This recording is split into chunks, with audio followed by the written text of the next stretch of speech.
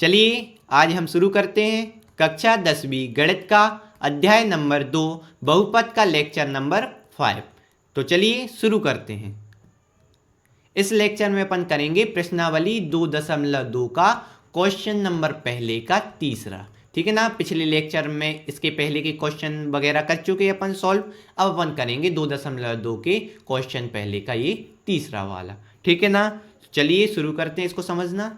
और क्वेश्चन क्या बोल रहा है कि अपन को इनमें क्या करना है, सबसे पहले दिए गए बहुपद के शून्यक ज्ञात करना है, गुणांक ज्ञात करना है और शून्यक तथा गुणांकों में अपन को क्या बताना है, संबंध बताना है। तो चलिए करते हैं।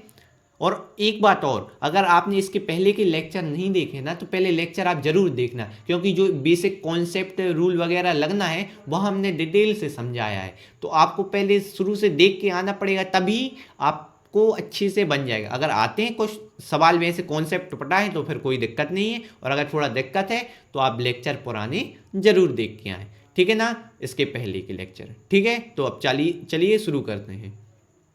अब बात करते हैं सबसे पहले ये बहुपद क्या है, 6x वर्ग माइनस 3 माइनस 7x, यानी 6x वर्ग माइनस 3 माइनस 7x। अब देखो एक फॉर्मेट आपको पता है कि x वर्ग वाला सबसे पहले लिखते हैं, उसके बाद x वाला पद लिखते हैं, उसके बाद ये अच्छा लास्ट संख्या वाला पद लिखते हैं। तो यहाँ संख्या वाला पद बीच में दिया है तो अपन पहले सिस्टमेटिक जमा लेंगे। तो 6x वर्ग, ये ऋण का चिन्ह, और 3 को बाद में लिखेंगे, पहले ऋण का 7x आगे ले आएंगे। ठीक है ना, क्योंकि पहले सबसे पहले x वर्ग वाला पद, फिर x वाला पद, फिर ये अकेली संख्या वाला।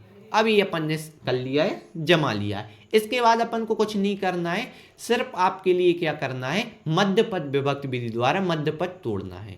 देखो ये पहला पद, ये दूसरा पद, ये तीसरा पद।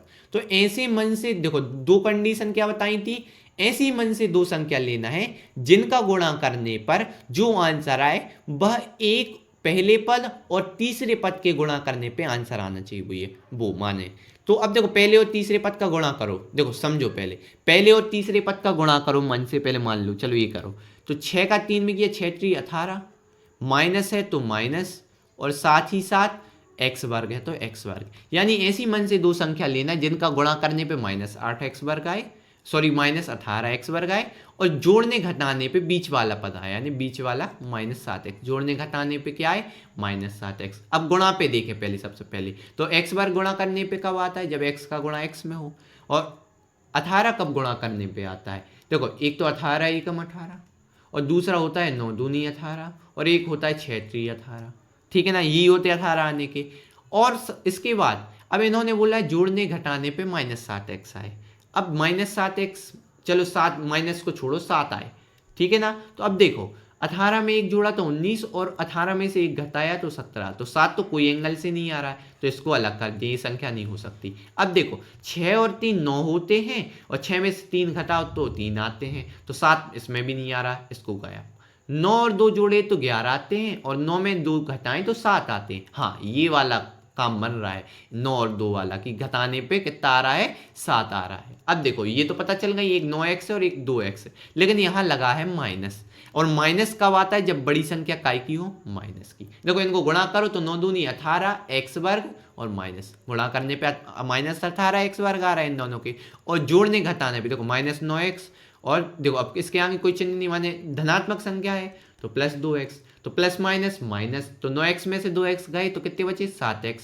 बड़ी संख्या माइनस की तो माइनस, यानी ये पूरे कंडीशन अप्लाई कर रहे हैं, यानी दो संख्या कौन कौन सी है, माइनस 9x और 2x है। ठीक है ना, तो अब अपन को कुछ नहीं करना है, इस माइनस 7x यहाँ मध्य पद तोड़ दिया अपन ने इन दो को संख्या में, तो 6x वर्ग तो ज्यों का त्यों, माइनस 7x को तोड़ दिया अपन ने माइनस 9x प्लस 2x में।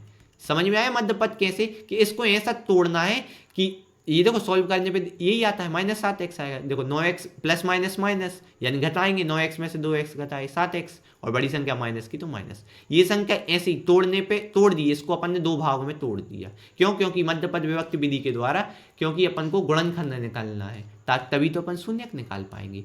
ठीक है ना, बाकी तो जो पहले किससे कर चुके तो उन्हें तो बिल्कुल रट गया है कि इस प्रकार से करना है। अब देखो 2 2 के जोड़े बनाओ, इन दोनों के जोड़े। अब इनमें से कॉमन लो, 6 और 9, ये किसके पहाड़े में आते, दोनों 3 के पहाड़े में। ठीक है, और दोनों साइड x है तो x भी कॉमन ले लिया। अब देखो 3 का 3 का भाग 2 6 में दिया कितना है, 3 दूनी 6, और एक x बाहर ले लिया था, और दो एक्स वर्ग है, माने एक्स वर्ग है ना, यानी 2x है, तो एक x बाहर ले लिया तो एक x बचा अंदर, माइनस है तो माइनस।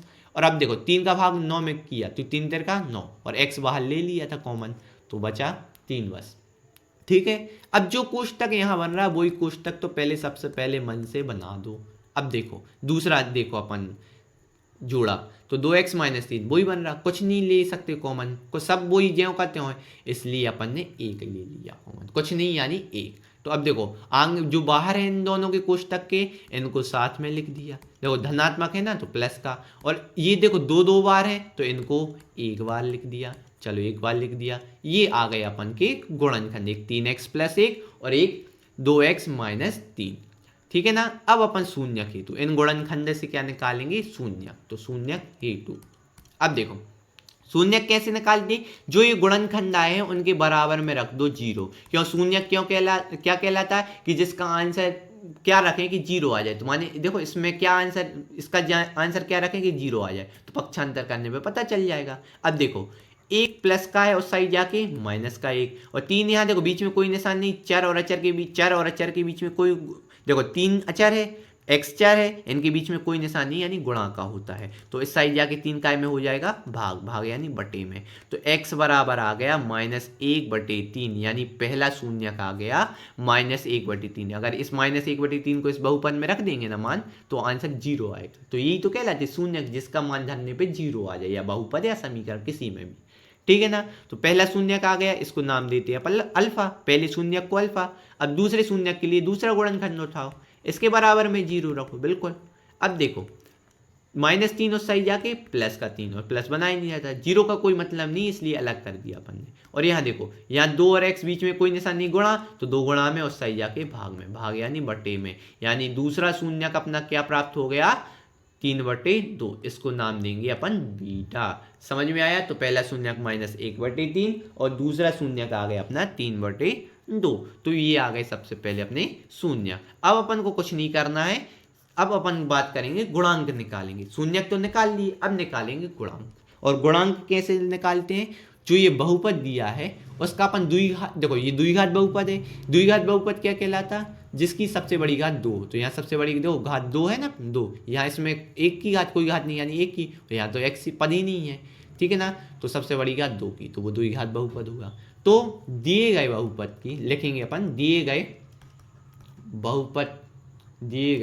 बहुपद, सॉरी एक मिनट, दिए गए बहुपद की तुलना द्विघात बहुपद के व्यापक रूप से करने पर, द्विघात बहुपद के व्यापक रूप से करने पर बता रहे हैं हम आपको क्या होगा व्यापक रूप। हालांकि आपको जो देख चुके हैं, लेक्चर कर चुके हैं ये सवाल, तो उन्हें तो पता है व्यापक रूप कौन सा, ax वर्ग प्लस bx प्लस c, ये होता है व्यापक रूप द्विघात बहुपद का। समझ रहे हो, इससे अपन तुलना कर देंगे आसानी से। समझ रहे हो बात को। तो अपन आसानी से कैसे करेंगे, देखो आपको बता दें कि x वर्ग वाले के आगे का बोलते हैं अपन x वर्ग के आगे वाली संख्या होती है वो से बोलते a। तो a बराबर कितना आ गया, देखो a बराबर आ गया 6, क्योंकि x वर्ग के आगे क्या है, देखो x वर्ग के आगे को a बोलते और a क्या है 6। यही तो गुणांक होते हैं, x वर्ग के आगे वाली संख्या जो लिखा गुणा में अंक लिखा है, देखो x वर्ग के बीच में कोई निशान नहीं है गुणा, तो यहाँ गुणा का अंक है ये 6, इसलिए गुणांक बोलते हैं। तो a आया 6। b होता है x के आगे वाली संख्या, तो x के आगे क्या है -7, और c क्या है, c अकेली संख्या, ये -3, ये चिन्ह सहित लेना भैया। ठीक है, तो ये आ गया -3, ये आ गए अपने गुणांक। अब अपन को करना है शून्यक और गुणांक के बीच सत्यता की जांच। ठीक है ना। तो यहाँ डालेंगे सत्यता की जांच हेतु, सत्यता की जांच हेतु। अब कहेंगे सर बहुत हिंदी लिखना पड़ता है, तो क्वेश्चन भी तो ज़्यादा नंबर का आता है, लगभग 4 नंबर का तो आएगा ही आएगा। ठीक है ना, 4-5 जो भी जैसे भी आपके बोर्ड में आता है वैसा। ठीक है ना। तो अब सत्यता की जांच हेतु क्या करेंगे अपन, शून्यकों का योगफल, ये फॉर्मूला लगाते दो, एक तो योगफल वाला फिर उसके बाद गुणनफल वाला। तो शून्यक का योगफल का क्या होता है, जो जिसमें क्या होता है शून्यक और ये गुणांक के बीच संबंध होता है। शून्यक का योगफल वाला कौन सा है, अल्फा प्लस बीटा बराबर -b/a। ये हो गए आपके शून्यक, ये हो गए अपने गुणांक, तो दोनों के मध्य संबंध दर्शाता है ये समीकरण, ठीक है ना, सूत्र जो भी कहें आप। तो अब देखो अल्फा प्लस बीटा, अल्फा और बीटा क्या है अपना -1/3 अल्फा और बीटा है 3/2 बराबर माइनस बी कितना है -7 कोष्टक में बटे ए कितना है 6। अब इनको सॉल्व करो, जब आप इनको सॉल्व करेंगे तो आपका पता है आंसर कितना आएगा 60/6, कितना आएगा 60/6। हालांकि इनको सॉल्व करके हम दिखा दें, जैसे मान लो 3 और 2 है, इनका लघुत्तम लिया तो कितना आया अपना 6 आया 6। अब 3 का नीचे भाग दिया तो पहली संख्या उठाई, 3 का 6 में भाग दिया तो 2, 3 दूनी 6, 2 का ऊपर गुणा किया 2 एकम 2, माइनस है तो माइनस। अब प्लस है बीच में तो प्लस, 2 नीचे का, अब अगली संख्या है तो 2 का नीचे में भाग दिया, 2 का 6 में भाग दिया तो कितना आया 3, और 3 का ऊपर गुणा किया तो 3 3 का 9 बराबर, ये माइनस माइनस कट गए तो 60/6। ये देखो इसके बाद का यहाँ लिख दे रहे हैं हम, देखो प्लस माइनस माइनस, तो 9 में से 2 गए तो 7/6, और बड़ी संख्या प्लस की है तो प्लस बनाते नहीं, तो प्लस ये बराबर में 60/6। क्या ये दोनों बराबर आए? ये दोनों अगर LHS RHS बायां पक्ष दायां पक्ष दोनों साइड की अगर आपके बराबर आ गए, यानी अपन ने शून्यक गुणांक सही निकाले। तो अभी अपन ने शून्यकों का योगफल करके पता कर लिया कि हाँ सत्य है, अब गुणनफल करके पता करेंगे, ठीक है ना। तो ये आप नोट कर लीजिए, अगली स्लाइड पे बढ़ेंगे अपन। शून्यकों का गुणनफल, अब करेंगे शून्यकों का गुणनफल। शून्यक के गुणनफल का क्या फॉर्मूला होता है? अल्फा बीटा बराबर c/a। तो अल्फा क्या आया था अपना -1/3 आया था, और बीटा कितना आया था अपना, कितना आया था भैया 3/2, यही आया था। और c कितना आया था? c था अपना, एक मिनट देख लें अपन अच्छे से, देखो -1/3 अल्फा 3/2 बीटा, -1/3 अल्फा 3/2 बीटा, और c और a क्या था? c था -3 और a था 6, तो c था -3 और a था 6, ठीक है। अब देखो बीच में कोई निशान नहीं, यानी गुणा, तो ऊपर का ऊपर गुणा नीचे का नीचे गुणा, ऐसा करने पर माने अंश का गुणा अंश से, हर का गुणा हर में, न्यूमरेटर का न्यूमरेटर में, डिनोमिनेटर का डिनोमिनेटर में। तो 3 एकम 3 और माइनस है तो माइनस, और 3 दूनी 6 बराबर, देखो -3/6 आ गया आपका समझ में। ये दोनों पक्ष बराबर, हालांकि काट भी दो तो भी बराबर रहेंगे, 3 एकम 3 3 दूनी 6, 3 एकम 3 3 दूनी 6, तो देखो इस साइड -1/2 बराबर -1/2 आना तो बराबर है, यहाँ देख लो चाहे यहाँ देख लो, दोनों बराबर हैं। अतः अपन क्या लिखेंगे, यहाँ लाइन लिखना पड़ता है लास्ट में कि संबंध सत्यापित है। अतः